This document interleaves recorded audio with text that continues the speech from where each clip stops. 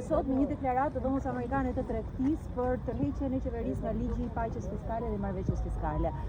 Isha në Bruksel këtë të dytë ku në takime me komisionin, me përgjegjësi të plot ju them që komisioni ka dërguar qeverisë shqiptare komente për ligjin dhe i ka kërkuar qeverisë shqiptare që të tërhiqet. Ligji i paqes fiskale është një ligj i lobuar, është një ligj i sponsorizuar, është një ligj i cili bëhet për interes të disa kompanive të caktuara që duan të legalizojnë fitimet e tyre. Përveç se është antikushtetues, hap një rrugë për pastrimin e parave, cënon konkurrencën, por nga ana tjetër dekurajon edhe pagimin e taksave në të ardhmen.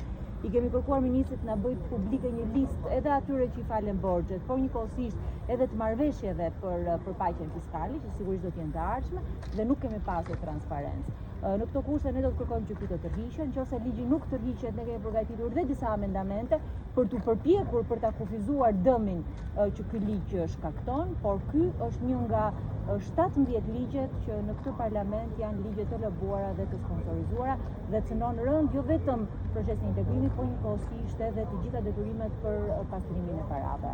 Këtë do të favorizojë qeveria oligark apo kartele droge? Kryesisht përfitimet kryesore i marrin kompanitë e ndërtimit, sepse dhe këtu lidhet sigurisht pastrimi i parave që vjen nga ndërtimi.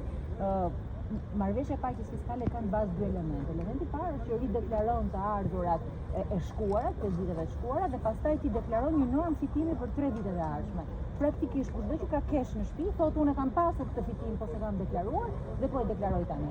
Është një kanal zyrtar për pastrimin e parave, kryesisht në biznese që ky pastrim parash ndodh dhe fokusi është ndërtimi. Po si Bashkimi Evropian nuk fet publikim të zgjuarshëm si pasueshëm në që publiku të kuptojë funksionimin e Bashkimit Evropian në raportet e unë besoj që kanë folur, unë i kam nisur, nuk është detyra ime që kam nisur deklaratat e tyre, por ju kam nisur disa kolegëve tuaj që kanë pyetur deklaratën që ato kanë bajtur në qeverinë shqiptare, ku në mënyrë të qartë thonë që ligji për paqen fiskale, marrëveshjen e paqes fiskale është një ligj i cili nuk duhet miratuar sepse stimulon pastrimin e parave. Njëjtën gjë ka bërë dhe FMN-ja. Unë besoj që ne sot ndodhemi edhe në një nivel tjetër. Sigurisht që ndërkombëtarët do flasin, në procesin e integrimit ato do kontrollojnë dhe monitorojnë, por ne duhet patjetër që t'i dalim për zot vetë dhe të bëjmë edhe luftën dhe betejën tonë, qoftë këtu dhe qoftë gjykatë kushtetuese më pas. Një nga problemet kryesore, të cilët kanë qenë në pa, sidomos raportet e fundit të dashur pastrimi i parave në sektorin e ndërtimit, që ka sjellë një situatë në kryeqytet shumë të rëndësishme.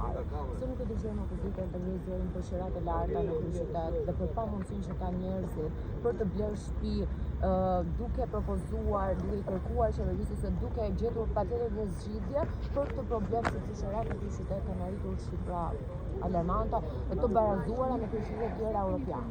Vetëm pak ditë më parë u fola për këtë çështje. Ditën e kaluar ne kemi propozuar një ligj që gjithë kompanitë e ndërtimit të kenë një bilanc me një shifër të caktuar, 20 milionë euro përpara se të marrin leje ndërtimi. Që pas lejohet kompanive bilance zero që të marrin leje ndërtimi. Propozimet aty kanë qenë. Unë besoj që ndoshta duhet ngritur zëri pak më fort. Shumë faleminderit.